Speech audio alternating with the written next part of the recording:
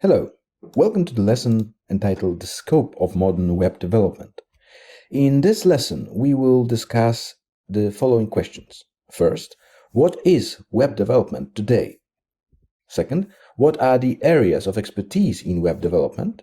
Third, what are the three types of web development? And finally, what are the current trends in this field?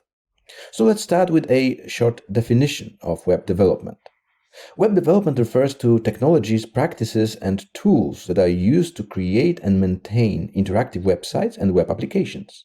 It encompasses a wide range of front-end and back-end technologies, emphasizes responsive design for various devices, and incorporates best practices in security, collaboration, and efficient project management. So as you can see here, web development is not just about technology, but it is also about proper management of that technology and of the whole process of designing, creating, implementing, and delivering websites for users. But of course, what we will be focusing on here during this course will be the more technical side of web development process. And within that technical side, we have several areas of expertise. And what are these areas of expertise? First of all, it is, of course, web programming. Websites and web applications are programmed using different programming languages. Some of them are script languages, some of them are markup languages, and other are regular programming languages, including object-oriented languages like PHP, for example. So the core skill area of expertise in web development is, of course, web programming. But maybe equally important thing is web design. And it is about designing, creating user interfaces for both websites and web applications. It is about creating layouts for those websites, but it is also about creating the information architecture. So the way in which information, the content of the website or web application is being presented to the user, so it is presented in a user-friendly manner. And for this purpose, we have a separate subfield which is called usability or user experience. And within that subfield, we are trying to establish the guidelines for proper presentation of information and content and how we actually implement those guidelines using different approaches. And of course, to make sure that the website or web app is user-friendly, we may do a lot of testing. And there is, again, separate but connected area of expertise, which is web testing. And here we will be focusing on testing a website or a web application with participation of users. So then we will be focusing on user-centeredness of the product. But also we will be focusing on the technical testing, which means that we will try to eliminate as many coding errors as possible using both manual and automated approaches. And of course, aside from testing the website itself or a web app, we may need to also test how it is received by the user and how the users actually use our product. And that is another area of expertise, web analytics.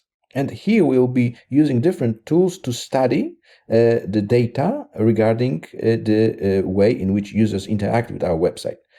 What is the source they entering from, what is the time they spend navigating, exploring our website, at what point they resign from this process. So what can we do to improve our website or web application for the purpose of users being more satisfied with the product. And of course, we have connected skill set, which is search engine optimization. Because if we want to be able to attract users, we need to appear at the few first places within the scope of a search engine result page. So if we want to be sure that the users will be able to find us on the internet, they need to see our address, our URL, among the first results on the favorite search engines. And search optimization means that we will be trying to optimize the content of the website, but also try to maintain links on other websites, so our position in search engines will be increasing.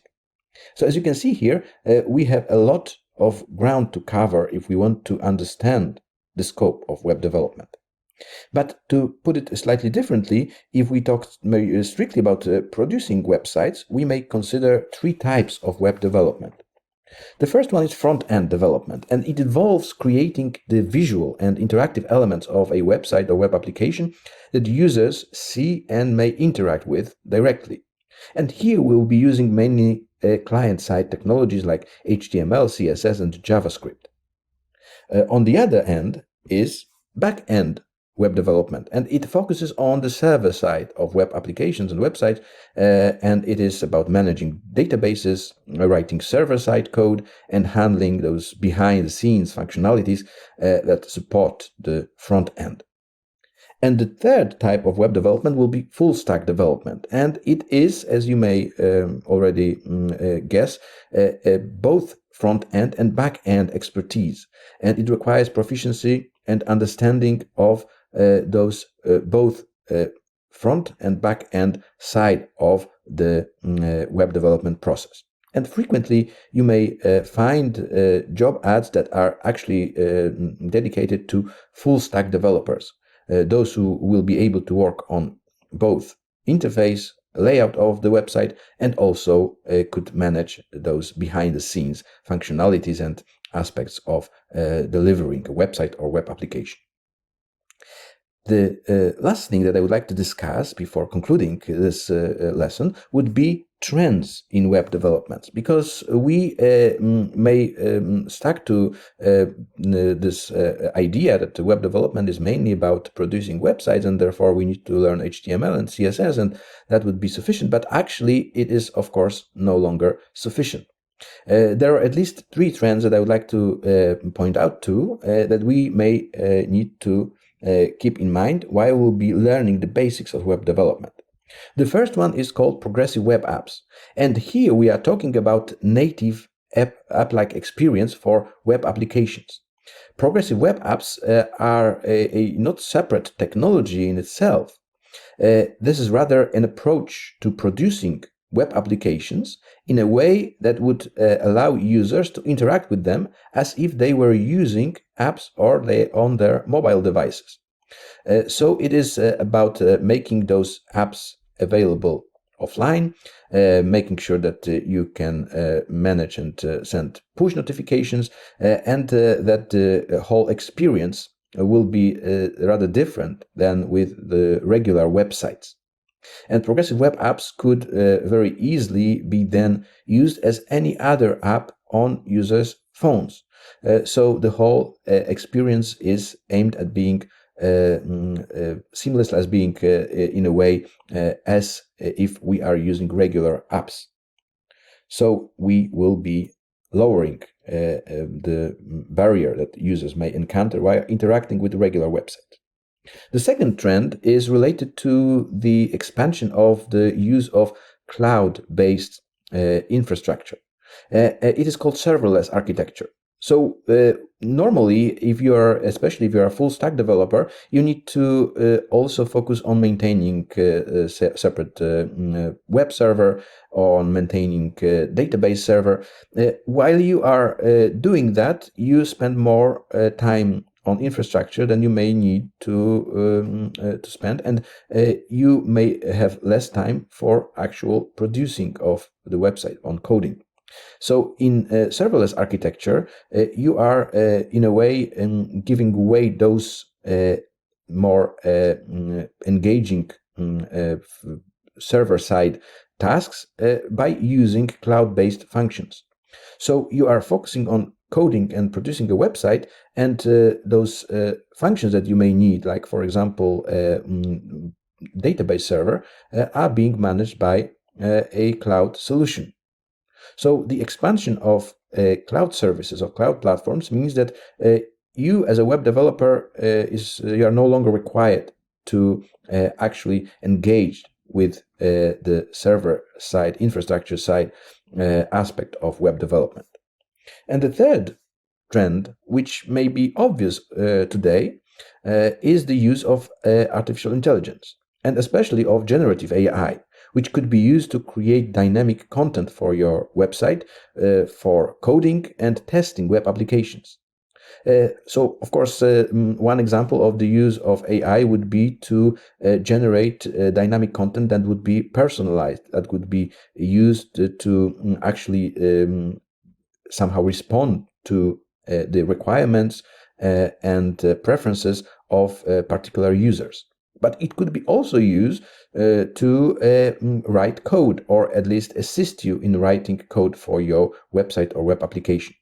And the third thing, testing web applications is much easier with the use of AI, which can help you to write testing scripts for your products, therefore giving you more time to focus on actual development. So, to conclude this lesson, first, web development encompasses all stages of designing, constructing, and delivering websites and web applications. Second, it is an intersection of multiple specialized skills such as web programming, web design, usability or user experience, web testing, web analytics, and search engine optimization. The three main types of web development relate to front end, back end, and full stack development.